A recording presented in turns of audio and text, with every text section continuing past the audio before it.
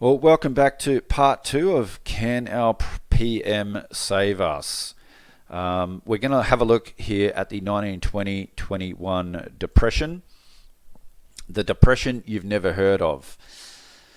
The 1920-21 Depression was a textbook example of how to handle an economic downturn, very similar to Joseph Lyons that we talked about in part one. And this is written by Austrian economist Dr. Bob Murphy. So let's have a look at this.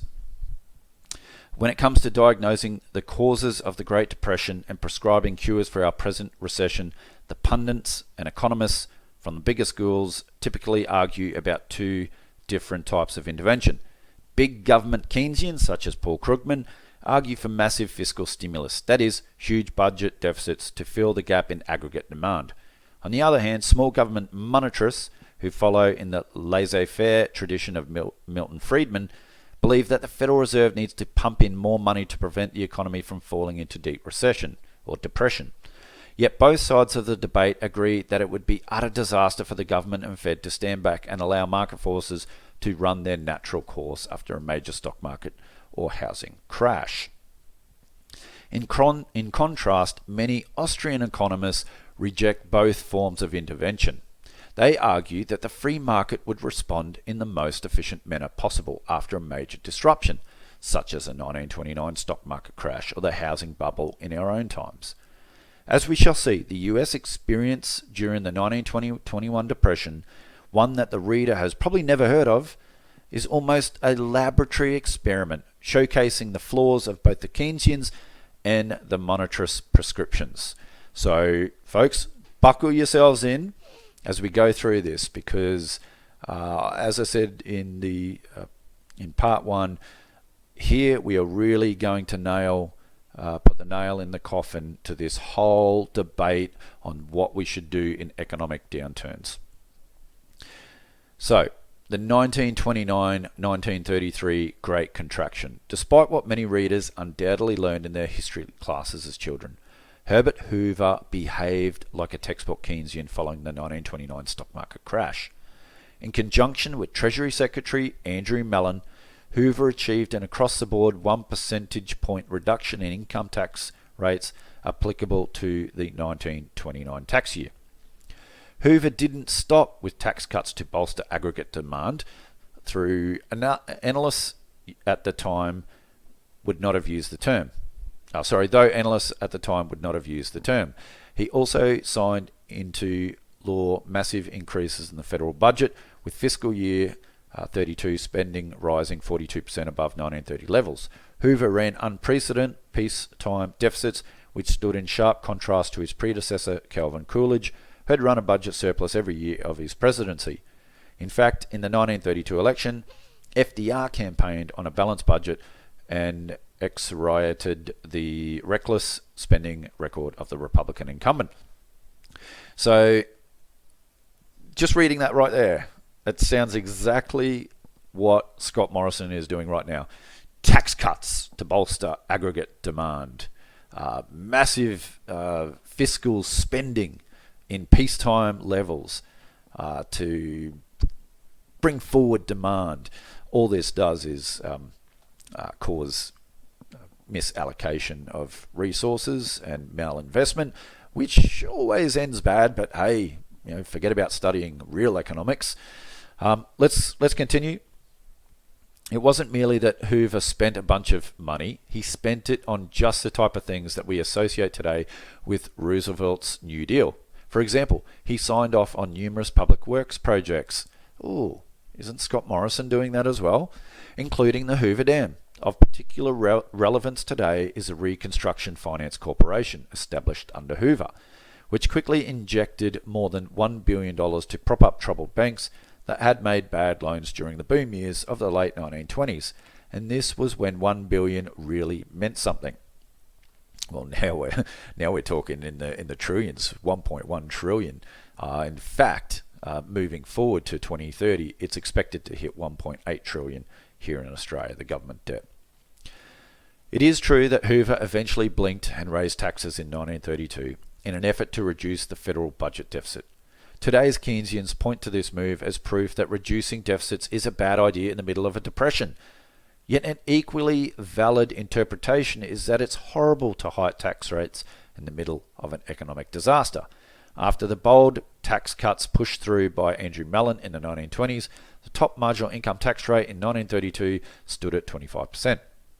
The next year, because of Hoover's desire to close the budget hole, the top income tax rate was 63%.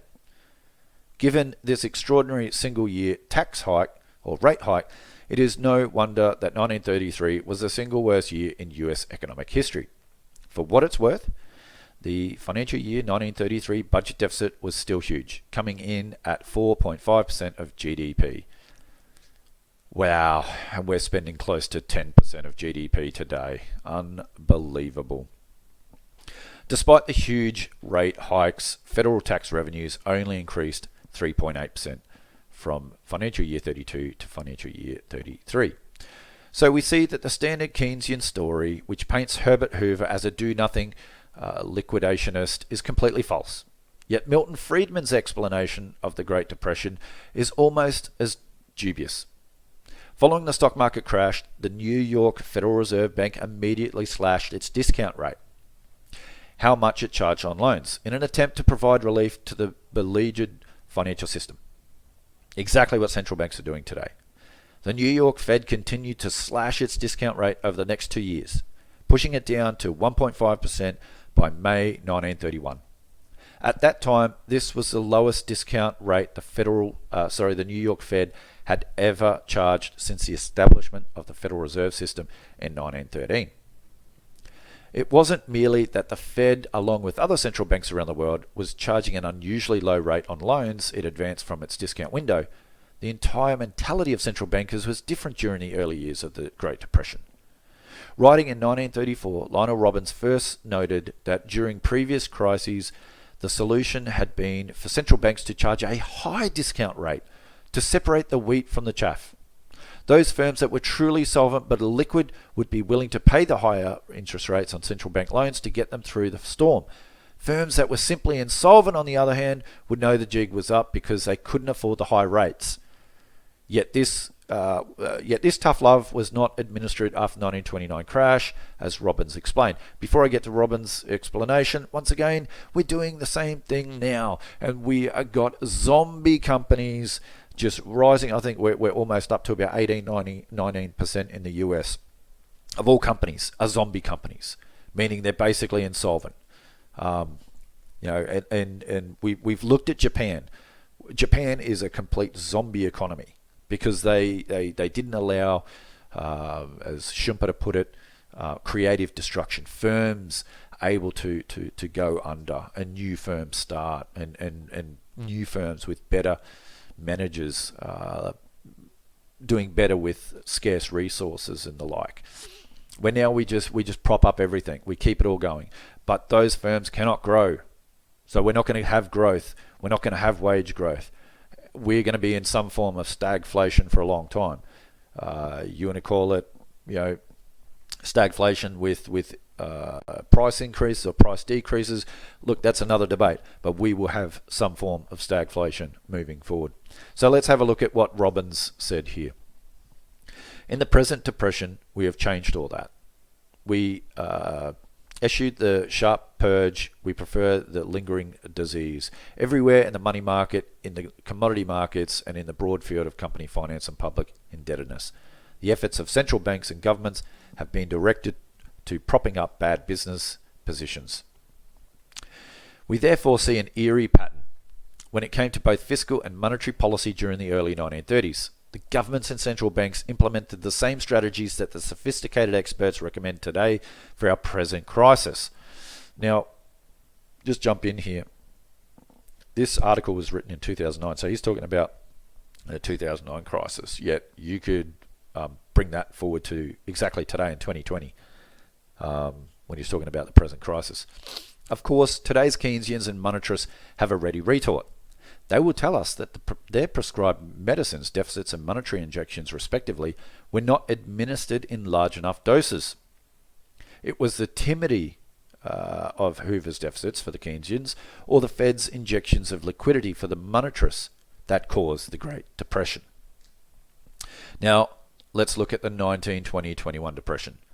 This context highlights the importance of the 2021 depression. Here, the government and Fed did the exact opposite of what the experts now recommend. We have just about the closest thing to a controlled experiment in macroeconomics that one could desire. To repeat, it's not that the government boosted the budget at a slower rate or that the Fed provided a tad less liquidity. On the contrary, the government slashed its budget tremendously, and the Fed hiked rates to record highs. We thus have a fairly clear-cut experiment to test the efficacy of the Keynesian and monetarist remedies. At the conclusion of World War I, US officials found themselves in a bleak position. The federal debt had exploded because of wartime expenditures, and annual consumer price inflation rates had jumped well above 20% by the end of the war. To restore fiscal and price sanity, the authorities implemented what today strikes us as incredibly merciless policies. From financial year 19 to 20, federal spending was slashed from $18.5 billion to $6.4 billion, a 65% reduction in 1 year. The budget was pushed down the next 2 years as well to $3.3 billion in financial year 2022. On the monetary side, the New York Fed raised its discount rate to a record high 7% by June 20. Now, the reader might think that this nominal rate was actually looser than the 1.5% discount rate charged in 1931 because of the changes in inflation rates. But on the contrary, the price deflation of the 2021 depression was more severe. From its peak in June 20, the consumer price index fell 15.8% over the next 12 months. In contrast, year-over-year price deflation never even reached 11% at any point during the Great Depression. Whether we look at nominal interest rates or real inflation-adjusted interest rates, the Fed was very tight during the 1920-21 depression and very loose during the onset of the Great Depression. Now, some modern economists will point out that our story leaves out an important element. Even though the Fed slashed its discount rate to record lows during the onset of the Great Depression, the total stock of money held by the public collapsed by roughly a third from 1929 to 1933. This is why Milton Friedman blamed the Fed for not doing enough to avert the Great Depression. By flooding the banking system with newly created reserves, part of the monetary base, the Fed could have offset the massive cash withdrawals of the panicked public and kept the overall money stock constant. But even this nuanced argument fails to demonstrate why the 1929 to 33 downturn should have been more severe than the 2021 depression. The collapse of the monetary base, directly controlled by the Fed, during the 2021 was the largest in US history, and it dwarfed the fall during the early Hoover years. So we hit the same problem. The standard monetarist explanation for the Great Depression applies all the more so to the 1920-21 depression. The results, if the Keynesians are right about the Great Depression, then the depression of 1920-21 should have been far worse. The same holds for the monetarists. Things should have been awful in the 1920s if their theory of the 30s is correct. To be sure, the 1920-21 depression was painful. The unemployment rate peaked at 11.7% in 21, but it had dropped to 6.7% by the following year and was down to 2.4% by 1923. After the Depression, the United States proceeded to enjoy the Roaring Twenties, arguably the most prosperous decade in the country's history.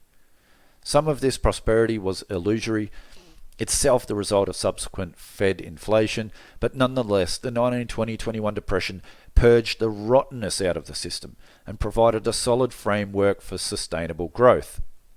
As we know, things turned out decidedly different in the 1930s. Despite the easy fiscal and monetary policies of the Hoover administration and the Federal Reserve, which today's experts say are necessary to avoid the mistakes of the Great Depression, the unemployment rate kept going higher and higher, averaging an astounding 25% in 1933. And of course, after the Great Contraction, the US proceeded to stagnate in the Great Depression of the 1930s, which was easily the least prosperous decade in the country's history. The conclusion seems obvious to anyone whose mind is not firmly locked into the Keynesian or monetarist framework. The free market works, even in the face of massive shocks requiring large structural adjustments. The best thing the government can do is cut its own budget and return more resources to the private sector. For its part, the Federal Reserve doesn't help matters by flooding the shell-shock credit markets with green pieces of paper. Prices can adjust to clear labour and other markets soon enough. In light of the new fundamentals, if only the politicians and central bankers would get out of the way. So we can see here in the 1920-21 depression that federal spending was slashed, interest rates were raised to a record high of 7%, unemployment peaked at 11.7% in 21.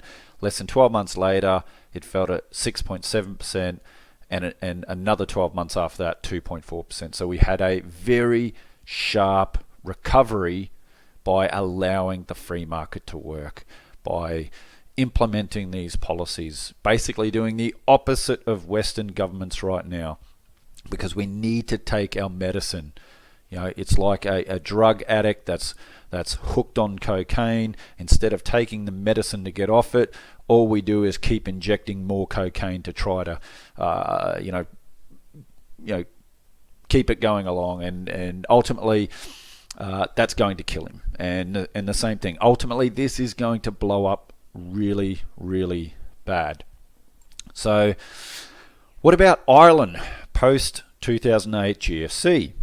So let's have a look at, we've compared the Irish property market. Their property market crashed 54.4% from peak to trough. We've done videos on that. But what about how the Irish economy came out of that GFC? Let's have a look at this article. So during the years of economic crisis, 2008 to 2013, Ireland was hit by a deep financial crisis, and the country went into recession for the first time since the 1980s, recording a GDP contraction of 5%. As a result, many businesses closed, unemployment rose, and many people expressed their unease with protests in the streets of Dublin. Ireland was the first country in the Eurozone to go into recession, and the second after Greece to ask for a bailout. But the government decided to put an end to this situation and took a series of drastic measures, very unpopular, but truly efficient.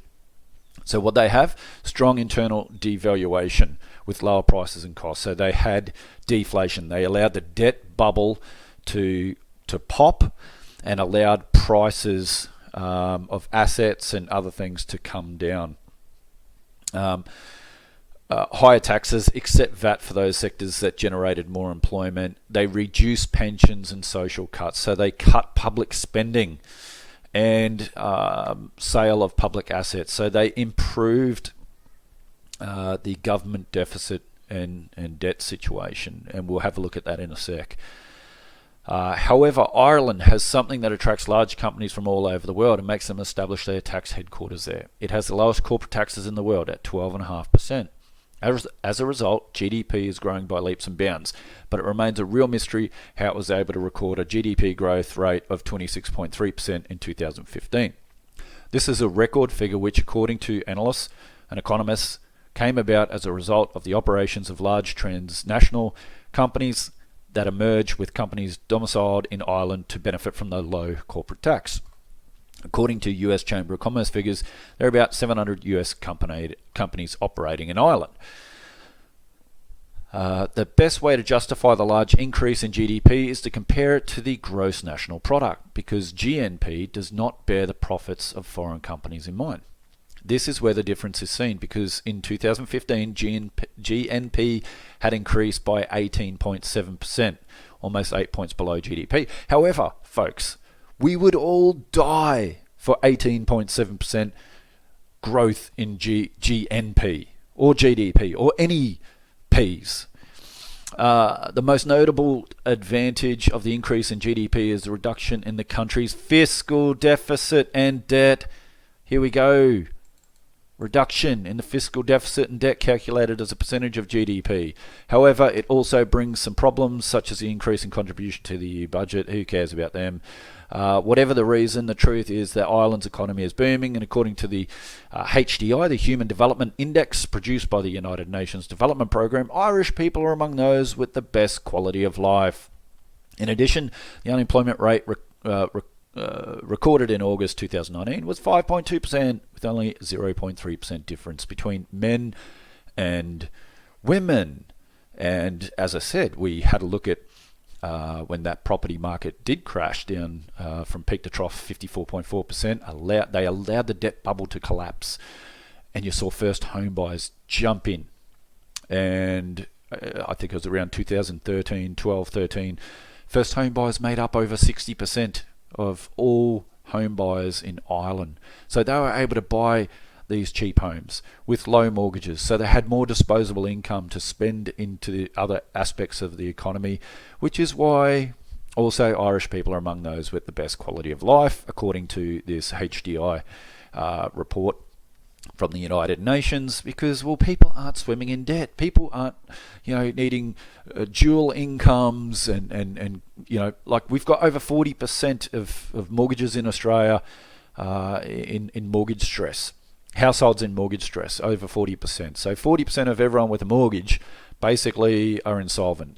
They have more expenses than income. They are continuing to max out their credit cards just to get by each time. Do you think people are happy with that? No. So when we have a look at Ireland, they had the highest household debt in the world in 2009, which was 190% of income. Government debt to GDP was 119.7% in 2012. GDP growth in 2009 actually was contracted 7.1%. Unemployment peaked in 2012 at 15.1%. However, moving forward, by taking those policies, you can see that household debt to GDP is now 38.5% in 2009. Government debt to GDP is almost halved, 68.5% in 2017. And the unemployment rate fell to 5% or 5.2% to be exact. They got a corporate tax rate of 12.5%. And you can see the GDP growth there from 2013 to 2017. So they have had tremendous growth, a lot of jobs, low unemployment. And even though house prices fell 54.4% from peak to trough from those lows in 2013, house prices have recovered over 80%. So those first home buyers that jumped in there are sitting quite comfortably right now. So what's the solution? Well, according to the McKinsey Global Institute research, they release a report each year. I recommend that you sign up and get it, study it, because there's a lot of really wonderful nuggets in it. There's 4 solutions to deleveraging from a financial crisis. Number 1 is belt tightening, or as we say, austerity. I was trying to think of the name, austerity. The second one is through high inflation. Third one is default. And the fourth option is growing out of debt. Now you can see the number of times that this has happened throughout history where they studied this.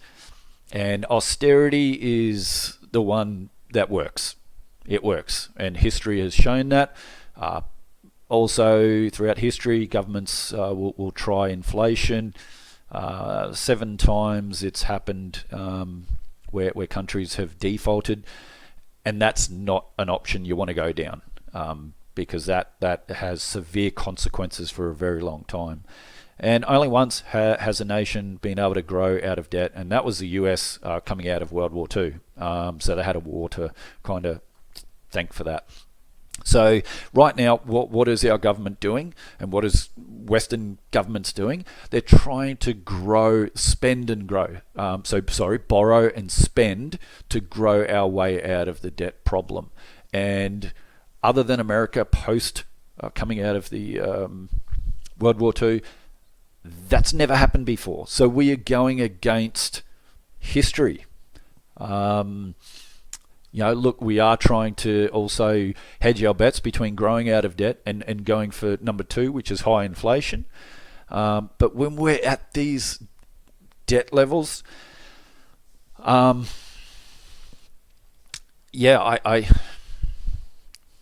I've got my doubts on that. And even high inflation, we don't want that. That is a tax on savers. That is a tax on the middle class and on the poor.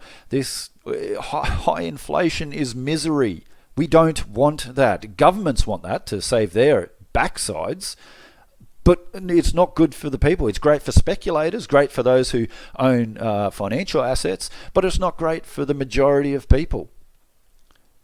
And as I said, massive default isn't the way out. So the only answer is we need to take our medicine. We need to do the belt tightening. We need to take austerity and do it. Have our pain, and we can be over in a very short period of time, like the 1920-21 depression. So what's the solution? Well, really, history tells us we have two real viable options: deleverage and deflate the debt bubble, or print the currency to infinity. Okay, they're really the two options. So my question to you all is, which option should governments take? Well, my opinion is it should be number one. Which option will governments take? I think they will take option two. So what should the government do? I say follow the same policies of former Australian Prime Minister Joseph Lyons. So there you have it, part one. Part two, what would I do? I would follow the policies of Joseph Lyons. I'd follow the policies from the 1920-21 depression. I believe we are in a debt bubble. We have got record debt. We've had tremendous amounts of wealth inequality, which has caused a lot of social issues. I believe that now is the time to take our medicine, to take our pain. It'll only be short, but that way not only can we get back to sustainable growth moving forward, but we don't leave future generations with our mistakes, with our debt bubble, which will ultimately, if we just keep kicking it down the road, eventually somebody is going to be left with it when it explodes. And Keynes once was asked about this. You're just kicking the can down the road, leaving it to future generations. And his reply was, well, we die anyway. Meaning, who cares? Let the next generation care about it. As a person of faith, as a Christian, I don't subscribe to that. So anyway, love to hear what you guys think in the comments below. If you were Prime Minister today, what would you do? Would you have the courage of those in 1920-21, Joseph Lyons in Australia in 1933, or even more modern, the Irish government that went ahead with unpopular policies? Or would you do what they're doing today? Borrow and spend, rack up the debt, government pick winners, intervene into the economy left, right and centre, wage subsidies here and there. Really, we're not that far off socialism, really, are we? Anyway, that's my thoughts. You asked what would I do? I've been whinging and whining and complaining and screaming. Well, now you've heard exactly what I would do. So thanks for listening. Thanks for joining in, and I'll see you again on another episode of Finance Uncut.